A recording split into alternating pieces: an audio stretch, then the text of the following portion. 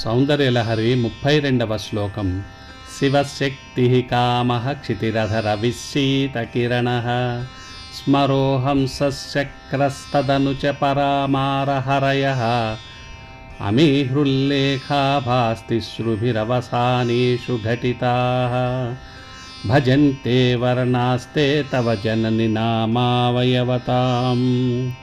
అమ్మా, ఈశ్వరుడు, శక్తి, కాముడు, భూమి వీరిని కా, ఏ, ఈ, లా అనే సంకేతాక్షరాలతో, సూర్యుడు, చంద్రుడు, స్మరుడు, పర, మారహరి అనే వారిని హ, స, క, హ, ల అనే సంకేతాక్షరాలతో, దేవీ శక్తులను స, క, ల అనే బీజాక్షరాలతో కలిపి వీటికి హ్రీంకారము తోడైతే పంచదశాక్షరి అవుతుంది.